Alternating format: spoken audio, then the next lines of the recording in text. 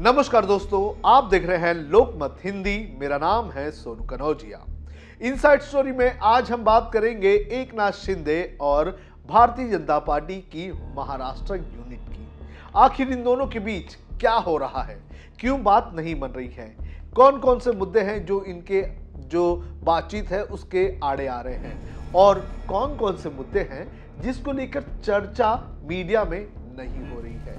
आज मैं आपको इनसाइड स्टोरी में ये बताऊंगा कि आखिर कौन सा एक वो अहम मुद्दा है जिसकी वजह से एकनाथ शिंदे जो हैं वो बीजेपी की बात मानते हुए नजर नहीं आ रहे हैं। एक एक करके मैं आपको बताऊंगा।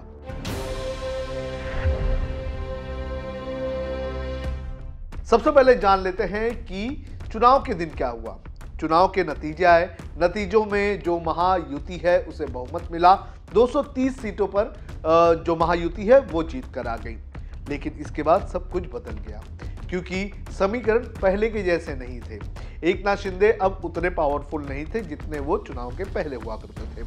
भारतीय जनता पार्टी 132 सीटों के साथ सबसे बड़ी और ताकतवर पार्टी बन के आई। उसके बाद एकनाथ शिंदे 57 सीटों पर दूसरे नंबर पर है और अजीत पवार जो है वो 41 उम्मीदवार एमएलएस के साथ तीसरे नंबर पर आ गए।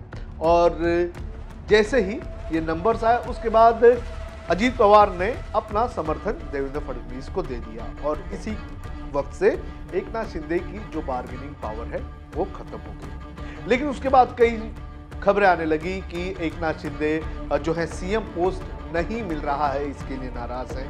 कहा जा रहा है कि एकनाथ शिंदे जो है वो डिप्टी सीएम नहीं बनना चाहते हैं, उन्हें जो है होम मिनिस्ट्री और फाइनेंस मिनिस्ट्री चाहिए। तो ये सारी चर्चाएं चली रही है।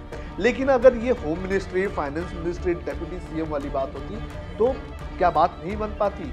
क्या अब तक ये नहीं होता कि एकनाथ शिंदे या बीजेपी की तरफ से देवेंद्र फडणवीस का नाम अनाउंस कर दिया हो गया होता? हो जाता, लेकिन नहीं हुआ। जो बात असल तौर पर महाराष्ट्र में फंस रही है बीजेपी और एकनाथ शिंदे के बीच, उसके चार किरदार हैं। चार किरदार कौन से हैं? वो चारों किरदार जो है वो एकनाथ शिंदे के विधायक हैं। कौन कौन है वो? दीपक केसरकर, अब्दुल सत्तार, तानाजी सावंत और संजय राठौड़। ये चार ऐसे विधायक हैं जिन्हें एकनाथ शिंदे मंत्री बनाना चाहते हैं। लेकिन जो जानकारी सामने आ रही है सूत्रों के अनुसार, उसमें यह कहा गया है कि बीजेपी इन चार लोगों से कंफर्टेबल नहीं है। यानी कि बीजेपी नहीं चाहती कि दीपक केसरकर, अब्दुल सत्तार, तानाजी सावंत और संजय राठौड़ को मंत्री बनाया जाए। अब बीजेपी का इसके अंदर क्या स्वार्थ है? जो खबरें आ रही हैं उसके अनुसार यह है कि इन लोगों को अगर मंत्री बनाया जाता है तो इन्हें अच्छे मंत्रालय देने होंगे और अच्छे मंत्रालय अगर उनको दे दिए जाते हैं तो बीजेपी के जो एमएलए होंगे उन्हें हो सकता है कि कई अच्छे मंत्रालयों से हाथ धोना पड़े। तो ये जो चार लोग हैं, इन चारों को एकनाथ शिंदे जो हैं वो मुख्य अपना जो मंत्री है अपने पार्टी की तरफ से मंत्री बनाना चाहते हैं।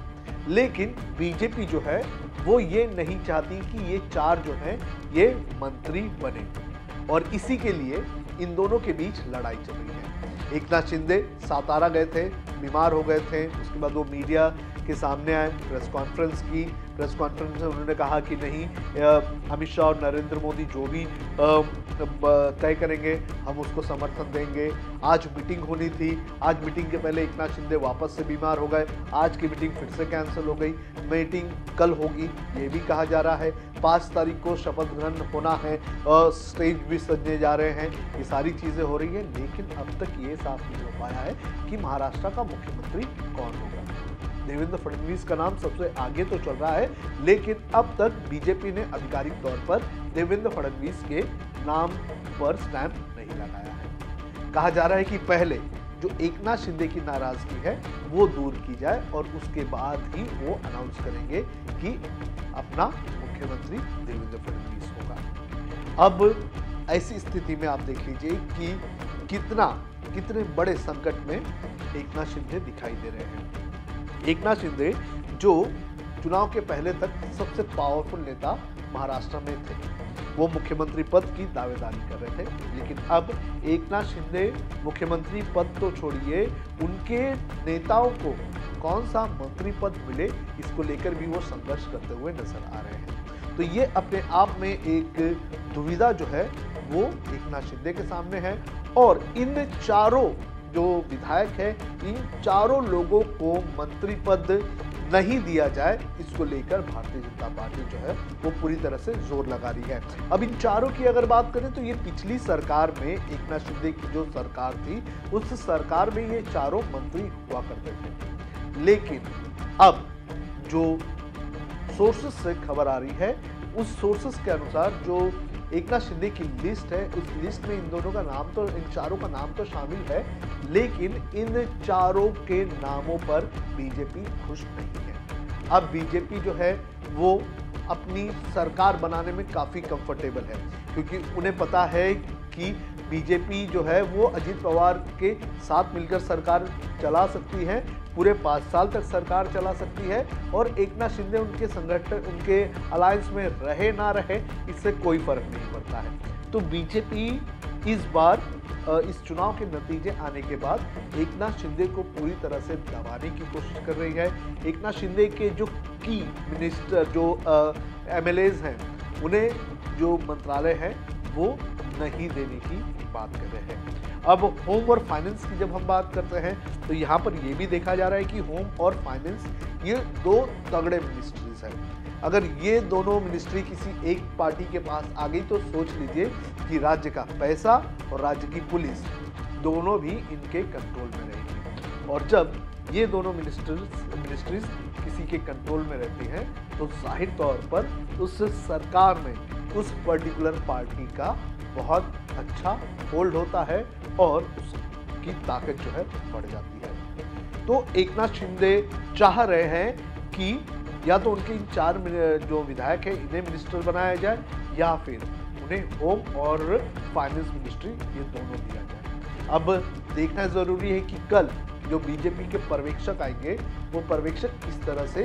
निर्णय लेते हैं, और क्या पर्यवेक्षकों की मीटिंग में जो विधायक हैं वो बात कहते हैं, क्या देवेंद्र फडणवीस के नाम का ऐलान कल किया जाएगा या परसों किया जाएगा, क्योंकि 5 तारीख को शपथ ग्रहण होना है, और क्या कल अगर मीटिंग होती है तो एकनाथ शिंदे को मना लिया जाएगा। तो ये सारी चीज़ें जो है वो 1-2 दिन में हमें देखने मिल सकती है। लेकिन जो बड़ा रोड़ा इस पूरे मंत्रिमंडल के बनने में है, शपथ ग्रहण में है, वो है एकनाथ शिंदे की ये 4 वफादार नेता जो मंत्री बनना तो चाहते हैं, लेकिन बीजेपी जिन्हें मंत्री नहीं देना चाहती है, ऐसा कहा जा रहा है। एकनाथ शिंदे जब उन्होंने बगावत की थी उद्धव ठाकरे से, तो उस वक्त जब वो मुख्यमंत्री बने तो उन्होंने ये इंश्योर किया कि उनके साथ जितने लोग आए हुए हैं उन सभी लोगों को कुछ ना कुछ मिले।